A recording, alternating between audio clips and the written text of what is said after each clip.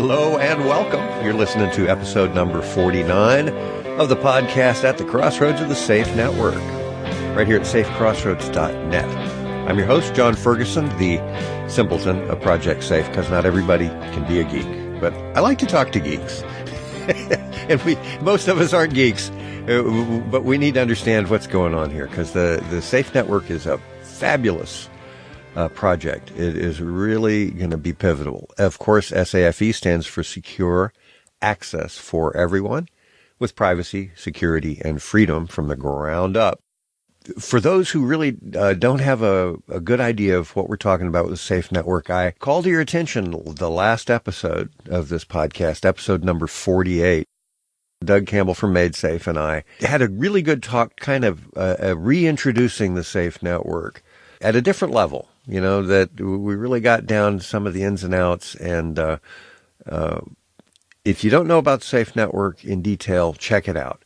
Briefly, it's a project that's been in progress for a while, and it's a complete redesign of how we store and interact with data in a completely decentralized, autonomous network.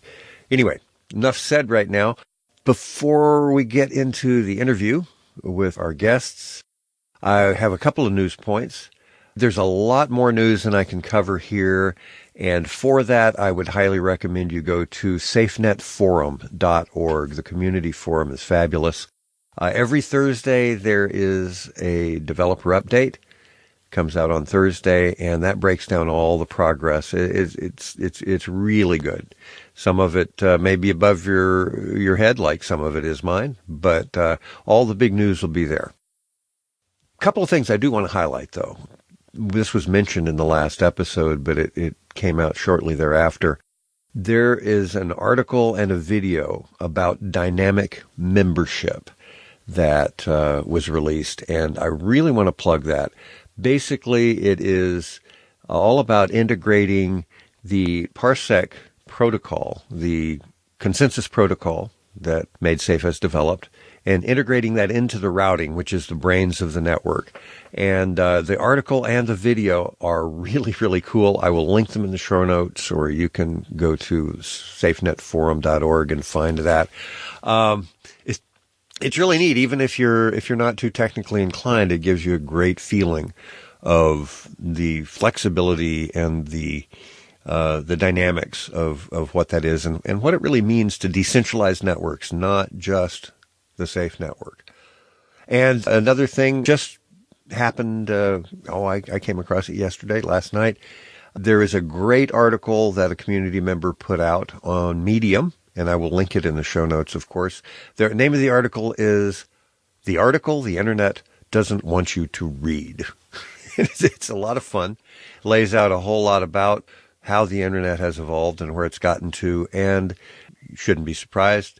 It lays out a lot about the Safe Network and how the Safe Network remedies a lot of those problems. Again, the article the Internet doesn't want you to read. I highly recommend it. All right, now, our guests are familiar to those who've been listening because it was just 2 episodes ago, in episode number 47. We had them on to really delve into this thing called Resource Description Framework and the SOLID project and how all that relates to the Safe Network. And that was really good, and I highly recommend, if you haven't listened to that and you want to get a better idea even about what we're talking about today, go back and check that out. It's episode number 47. Josh Wilson and Gabriel Viganotti are front-end developers for the Safe Network, so that means they deal with the things that really face the user. And as I say, we got into the RDF and solid protocols and what that means. And this time we are discussing a newly released version of the Safe browser. All right, well, what does that mean? Well, that's what we're here to find out. Josh, Gabriel, welcome back. Hey, John. Thanks. Hi, John. Yeah, it's really good to have you.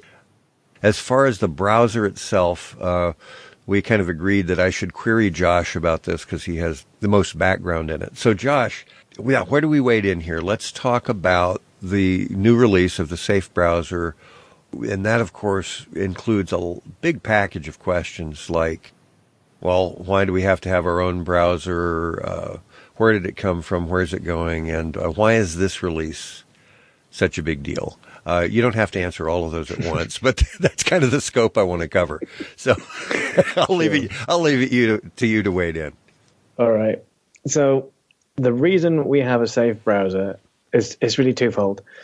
On the one hand, part of the network, the secure access for everyone, we don't want to undermine its use by integrating it with a ClearNet browser.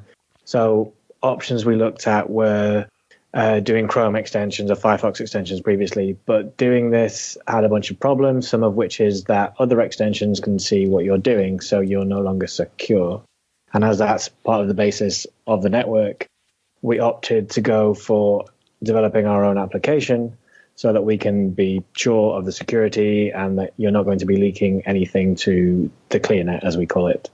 So we have a browser so that you cannot access HTTPS links.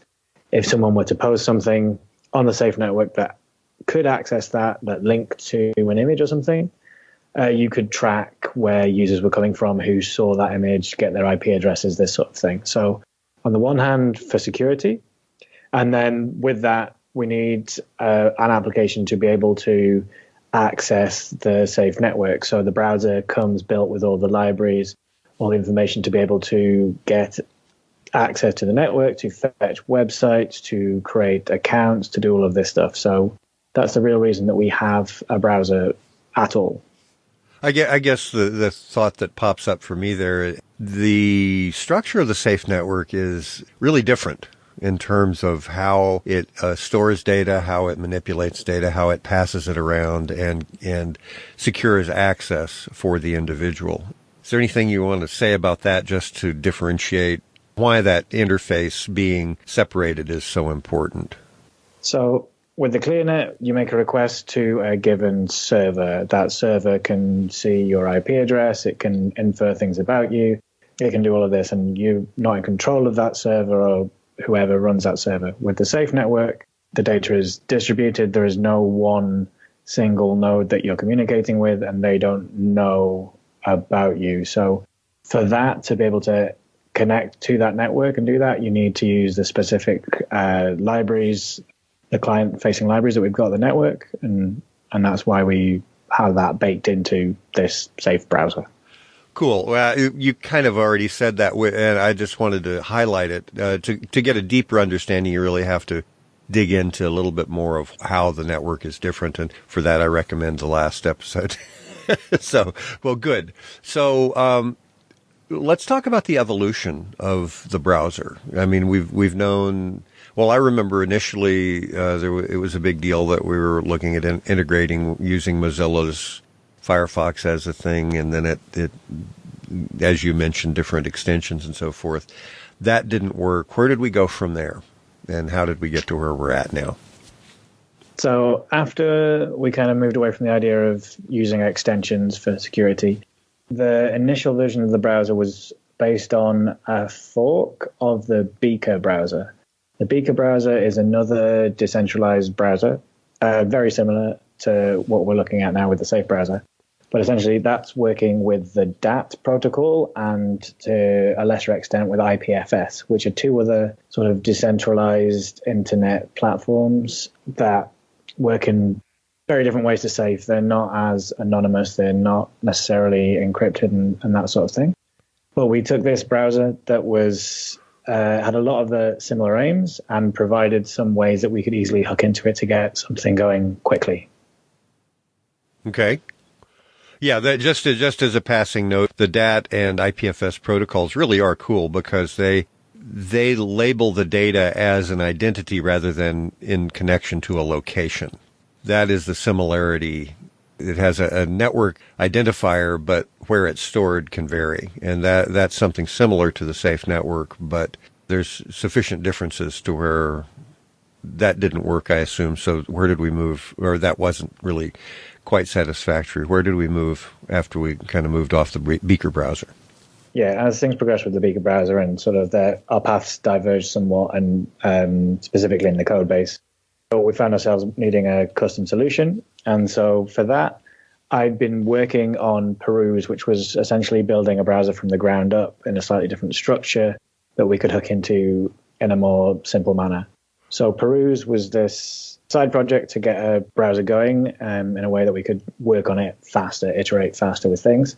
And then in the course of the last year, we've shifted our focus from what was the safe browser codebase of Beaker over to implementing everything in Peruse. Just to clarify that, Peruse is not a pre-existing project. That's one that got its name, it was named and evolved completely by you and MaidSafe generally. Is that correct?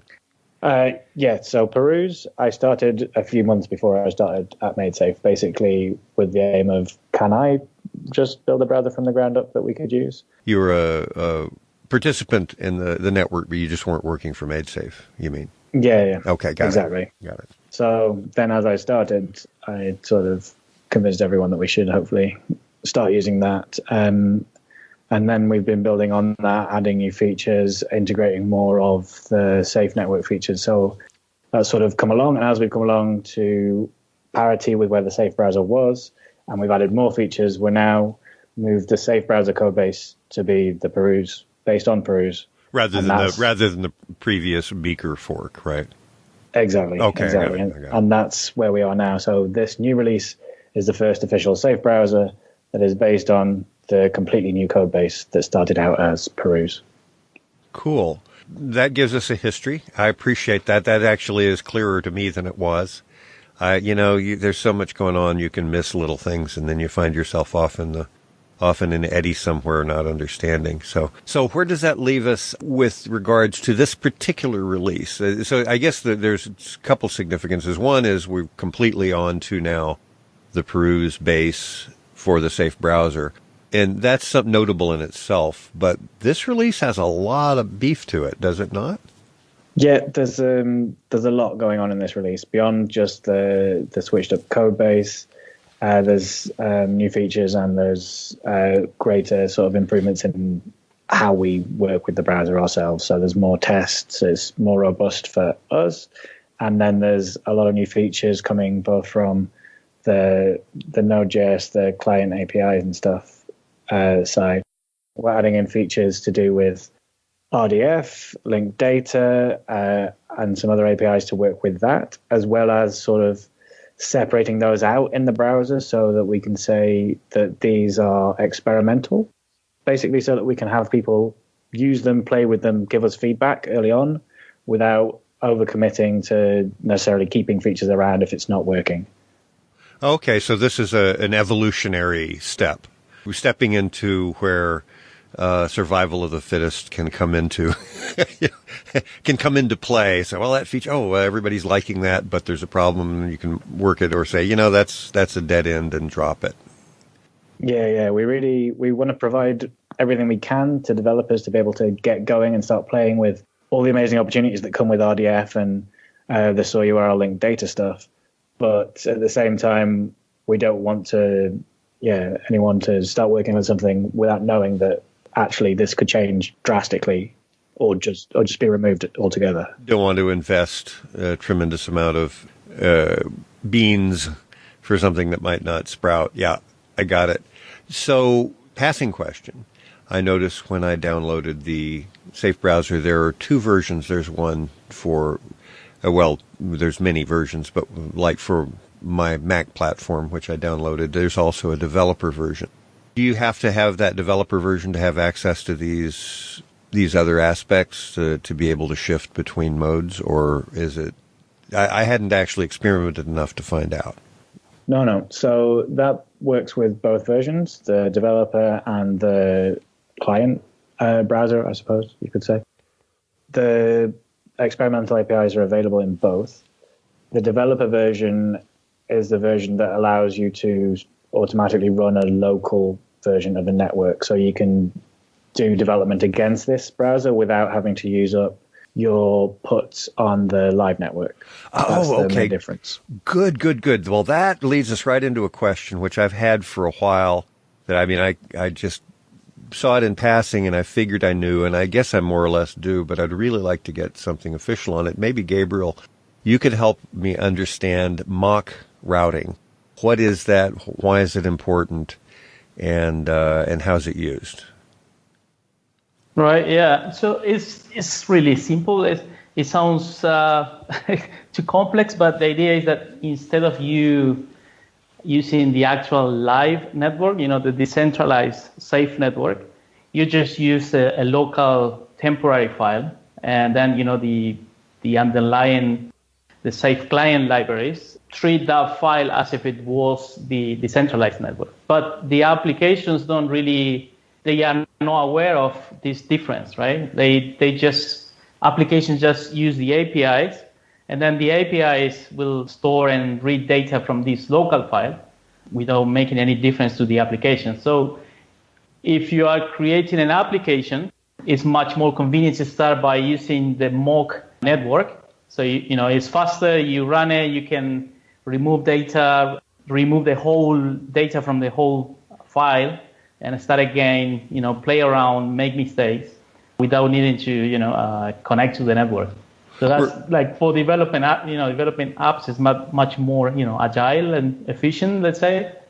Right. And just for those that aren't familiar, especially right now, you have a cap on the amount of data you can put onto the network with any particular ticket. So a developer would then have to get multiple tickets and this, that, and the other, and that gets into a lot of complications. So, okay, so basically, let me feed that back and see if I'm tracking so far.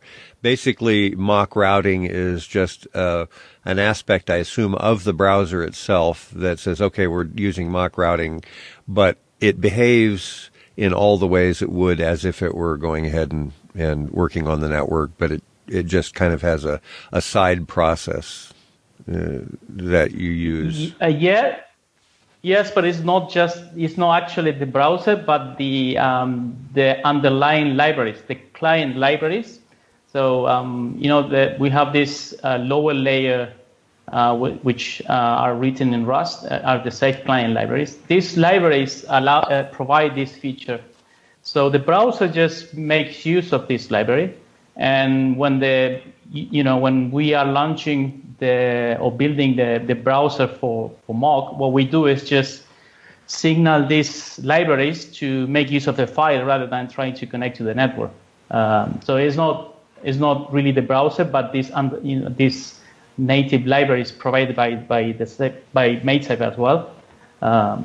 So if you are using if you're not even creating a web application, but just a standalone desktop application or a mobile application, using these client libraries, you are also able to use this mock network.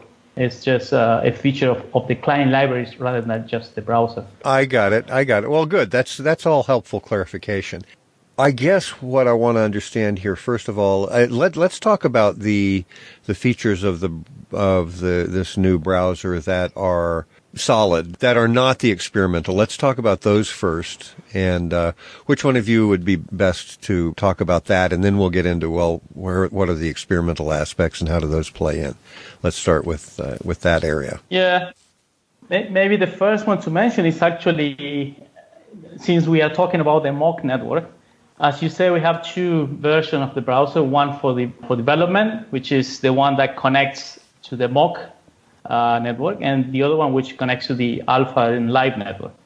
So what we did with this new version is make a red tag. You see it, it's a visual indicator in the browser, just right next to the address bar, which makes it very clear for you, the user and developer, that you are connecting to the mock network rather than to the actual decentralized safe network. And this sounds like that's just not that important. It's just a visual indicator saying it's a mock. But for a user, it's very important because if you are storing data, you need to know that data is going to the mock network, which means it's going to just a local file, and that's going to it's a temporary file.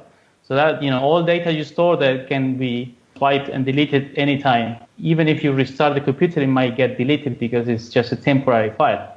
So this is one of the features that we try to incorporate in this version, like make it very, very explicit in the UI that you're using the mock rather than the live network, right? Right. No, I see that now.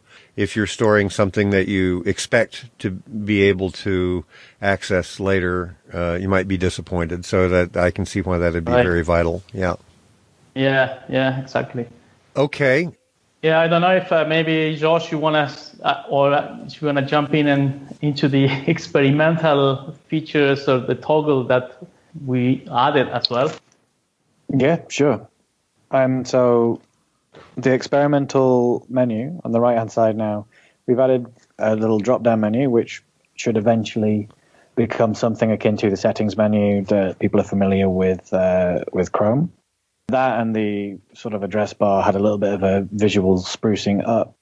But then with this menu, this is where you're now able to toggle the experimental APIs, which again, similar to how the mock network shows you when you are using mock, the experimental, there's a little icon that pops up on the right of the address bar that says the experimental APIs are enabled.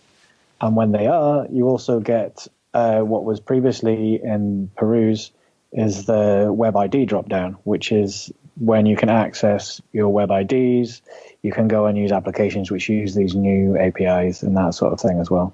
Cool. Well, let me see. There's a number of things I want to clarify there, but you said the word, and I definitely want to clarify what we mean by Web ID in general and specifically in regards to the Safe Network.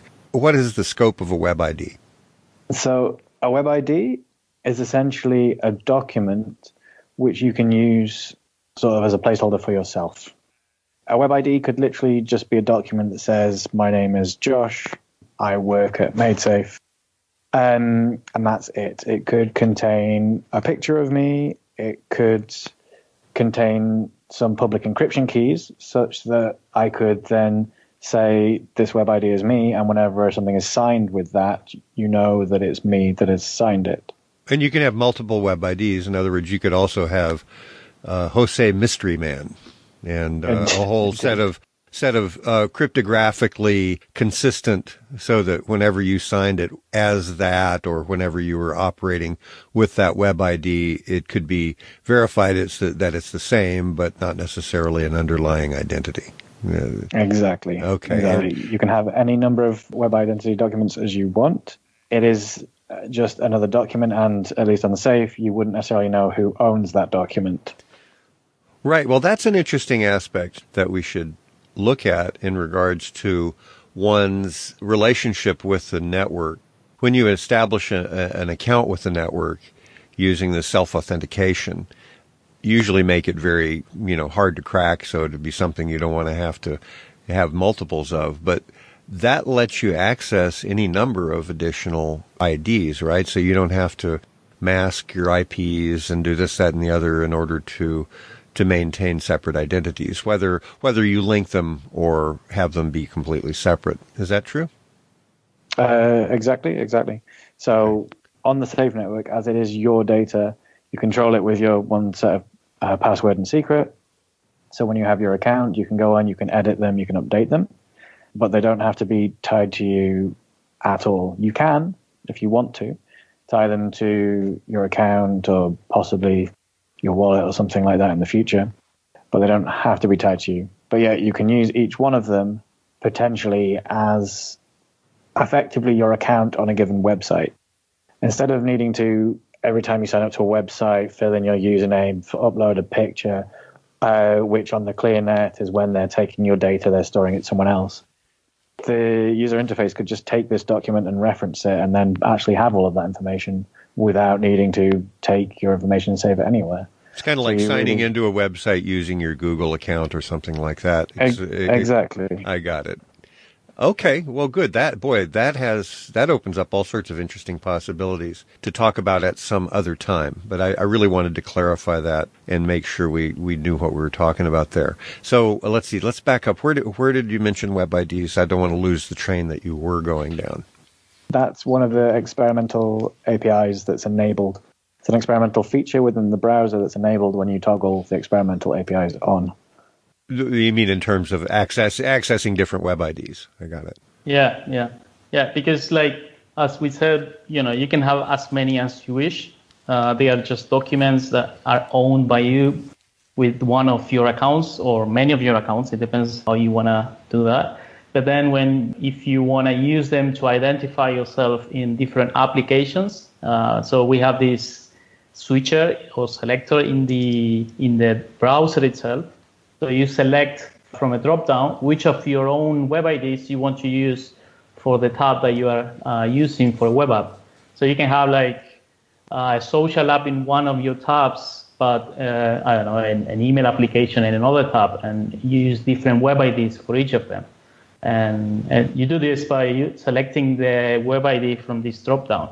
Now, this is still kind of in an experimental stage. We still think there are things to improve and change.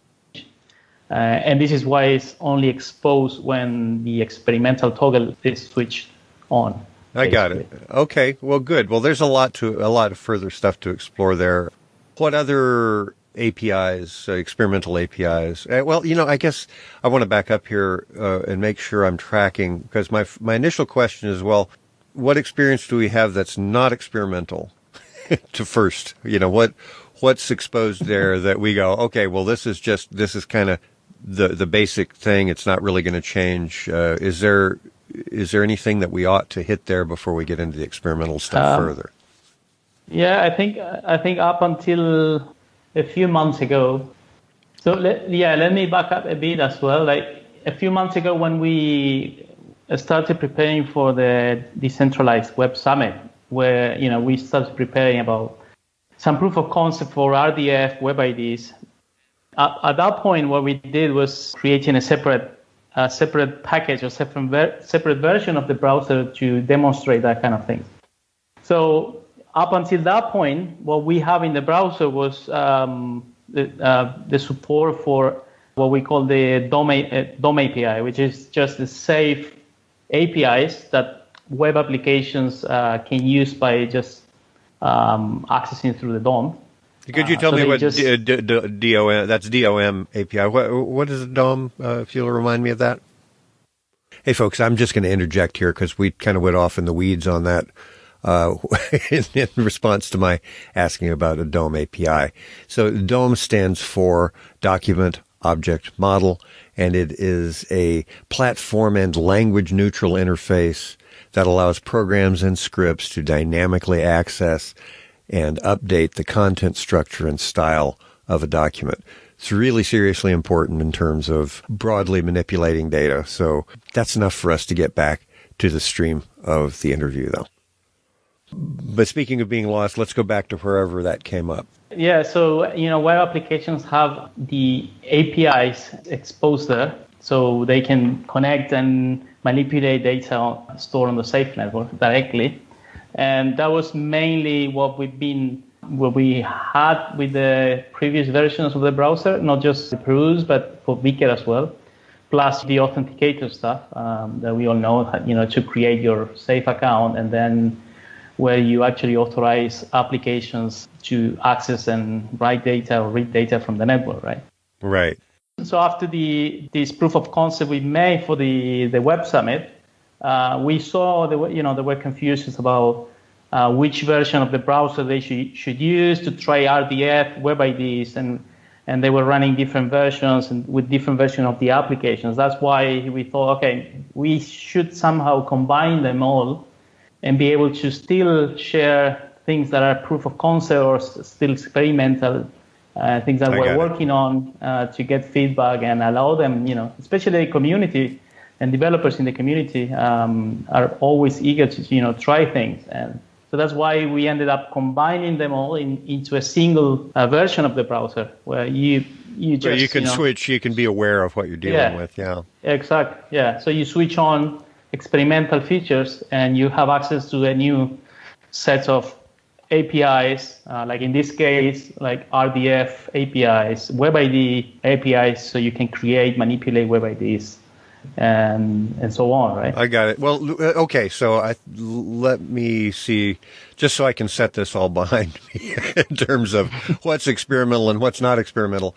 Basically, the previous, before we get into highlighting the experimental things, we're talking about a basic browser function that operated in the way we're used to, at least in how it presents, even though what's going on under the hood may be different because the network is different. But we're talking about, okay, well, we've got a domain, you've got websites, you've got these different basic IDs, but the experimental stuff gets into really going into other directions with the RDF data, the different kinds of URLs and interactions. Is that fair enough?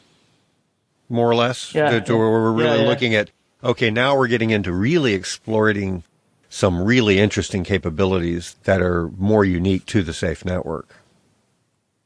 Well, not necessarily only, but more so because of... Yeah, it's there are several things there. Like this all still relates to that effort back in for the summit, the decentralized web summit, and how we can integrate with or allow solid applications to integrate with the Safe network using the protocols, the solid uses, and using some standards like RDF for data representation of the network. So this is all comes from there. So at this point, the experimental APIs and features are basically around all that. It's RDF, I got it. web IDs, and linked data. Right. So we're basically looking at the experimental stuff mainly has to do with semantic web kind of applications. Is that fair enough to say? Yep. Okay. Yeah, Well, exactly. that's exciting. That's really exciting. Okay. Mm-hmm. Well, I'm sorry for my slowness. I really had to feel like I was on solid ground here, but now I see that. Okay. Well, all this experimental stuff really talks about exploiting the possible attributes of semantic web, whether just the Safe network or integrating with others as well. Cool. So now let's see. Well, we've talked about RDF data in the episode number 47, and I don't want to go into too much detail on that other than it's basically a way of treating data more in a way that we can extract its meaning rather than having to deal with it at its location. So there's that. Then there is this other thing, these XOR URLs. That is part of this as well, right? Am I jumping into something that's not the next appropriate thing to bring up, or is that okay? I think that's okay. So before going, to understand what these new type of URLs are like, we've been calling them SOAR URL just because they are related to how the Safe network handles the address space for data, right? So everything is using this SOAR. XOR or ZOR. Okay. Yeah, exactly. And SOAR addresses. So every data is stored at the location, which is a XOR address.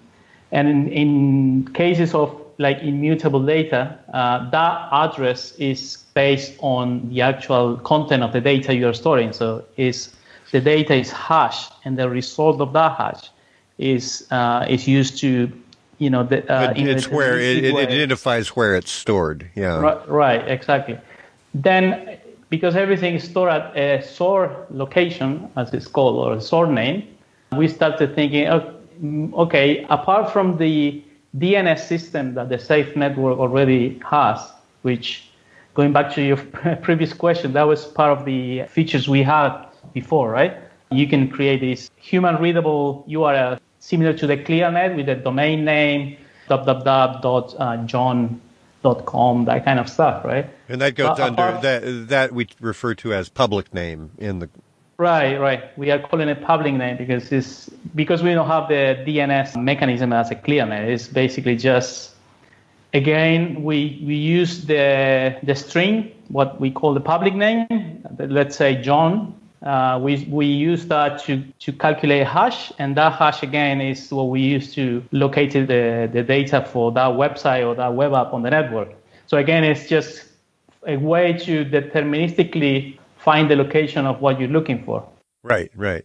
But it's not a problem, but limitation with that is if I want to share, let's say, a picture with you, and I don't necessarily want to, publish that under any public name, any of these human readable name. It's just a picture I took and I want to share with you.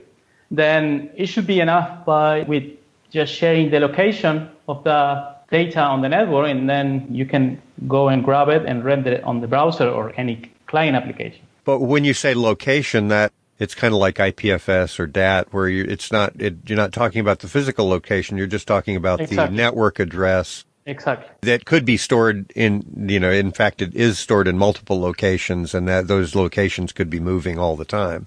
But you'll always be able to find that data wherever it actually resides in the real world, right? Exactly. Yeah. That's cool. Actually, it's a good point. Well, that's a neat feature. It's a neat feature of the Safe Network in general, but it's a really good thing to highlight there and differentiate from physical location, because when you say location, that's slippery in terms of what it might mean. Yeah. Okay, carry on, please. Absolutely. Yeah. So if you have this location, virtual location, this store name on the network, then anybody should be able to find it. It's just a matter of having a standard way of sharing that location so any client application can use it to fetch the content, right? Which is what these source URLs are. It's just a standard way to encode such a source name or such a location and then be able to share with anybody else, and the browser would be able to decode the location from it to fetch the content and then render it in a web page, right? But this can be used by any type of client application, right? Like if you have a Dropbox-like app, it can be used in the same way. Just that after fetching the file of the data you're sharing, it's going to render it in a different way or use it in different ways. But it's just about a standard way of encoding the location, this virtual location, the source name of some data, so anybody can access it using a client application. That's independent of any domain. I guess that's the point we're looking at. That's the actual network address of that particular piece of data that you can just call for it. And that could go, it's kind of like pictures on a regular website page. It's got a little code there that goes out and searches and puts that picture into that location. But it's identifying it in a much different way than this domain, this subdomain, and then this file. Exactly. Okay. Yeah. So that's exactly when you can start seeing that these subdomains or domains or public names are just aliases of data. You're just creating an alias, which is also, exposed or shared in a standard way so anybody can understand how to resolve it.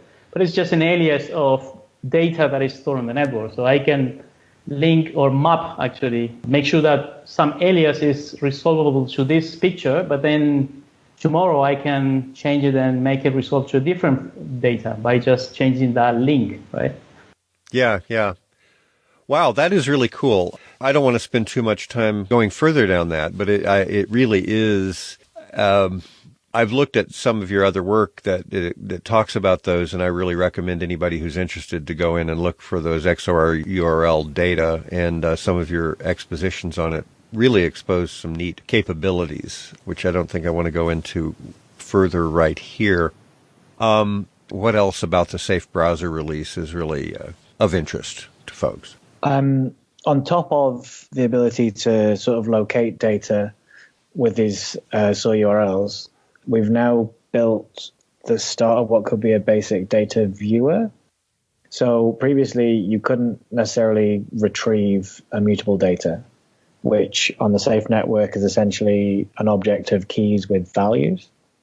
But now that you can point to it, we can also render that data and display that data. So if you imagine how like old FTP sites used to look and it shows you an index of a page, it's sort of getting towards that idea that you could go to an arbitrary piece of data, and if it's immutable data, you could see the mutable data itself, the different keys. I'm sorry. Were you saying mutable or immutable?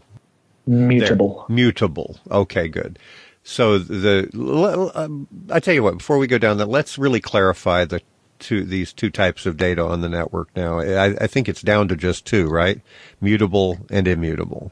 Is that? Yeah. Okay. Yeah. So an immutable data is essentially a binary blob, which could be a photo or a video or a file, like a HTML file or something that's just one piece of data, whereas the mutable data is a tiny key value store, like a little database. So you can name something and say it's this thing, and you can name something else and say it's something else. And you can sort of access those individually by the keys or see that whole data structure. Let me feed that back. So immutable data is basically you store something on the network and that's what it is, and it has its address forever that applies to that data, and it's right there and you can't change it. Yeah. And mutable data is where you get like a website or a particular file that you want to change the content of, and that's stored differently because the address of the immutable data is the hash of the data itself, so that's just unchangeable. But to get data that can be shifted, you have to have an address that holds kind of the keys to that container, so it can be changed. No. Well, I don't mean the keys, public keys, but it has to be something that it doesn't hold the keys, but it is a container that can be changed that will refer to other data. Is that fair? It's a container that could refer to other data, but it's not a special type of address to be changed. It's more that because of having the possibility of many entries, you can change individually those entries within this data structure. Well, right, but that mutable data container always has the same address, even though the data represented inside it can change. That's the point, right? Yes. Okay, yeah. that was all I was trying to say. So we're basically talking about those two different types of data, and there's probably more ins and outs. Let's go back to what you were talking about. Yeah. So now with mutable data, you can now see the contents of that data where you couldn't previously. There was no visual way to represent that in the browser, but now we are showing a really basic user interface, but it's the start of something that could grow and hopefully become more useful. Oh, so basically it can become like an index HTML file where you, more or less, I mean, for somebody like me, it's like I've had to figure out, well, what does that mean, index HTML? I keep seeing this and it's all different. But basically it's a file that says this website is made up of this, and this, and this, and you can look at that as a file, or you can use that to represent the website as something. Is that a fair analogy? Yeah. It's really similar to how you could have an FTP index and you could see all the files within it. It's that same thing with mutable data, but it's not necessarily files. It could be various things. Right. Okay, and where did that lead? Where did that come from, and where is it leading us? I'm really counting on you guys because I could run myself off the tracks real quick. No, that's all right. Some brackets here. I guess we can remove this, John. That part of showing files is not there yet. It's just the only thing that is there now is if you point into a mutable data, you're gonna see the key value pairs and the permissions, but not the one to browse the files, that kind of stuff. That's not accessible yet. Yeah. I don't know if you were talking about that, and also Josh, but just to make sure that that's not there yet. You know what we show in the screencast of browsing an NFS container? That's not there yet. I got it. But that opens up the possibility of doing those things where it wasn't there before. Mm-hmm. Yeah. Well, fabulous. I do want to interject just a reminder that if anybody wants to see more on this in detail, go to the safenetforum.org and look for this safe browser release. And like I say, I look at the code and I go, oh, fuzz, and I go down to where I find, I go on to find something that's more meaningful to me. But it's there. And hey, just don't let it be intimidating. Just keep, get what you can out of it. But it's there for the guys for whom it's meaningful. And It's really cool. It's really, really cool. Well, is there anything else we really ought to cover here before we wrap this up? Yeah, just one comment about that post. Yes, you're going to find there is information which is targeted to just regular users, but also some of that information is for developers, just to give them a hint to where to start looking at for these new, especially like new APIs, or some of the tools, like some toolbox that we created for them, basic, it's just tools useful for developers, when they are creating apps and looking at how the data is stored when they use the API and so forth. Thank you. Is there anything else we ought to highlight for folks here before we wrap up?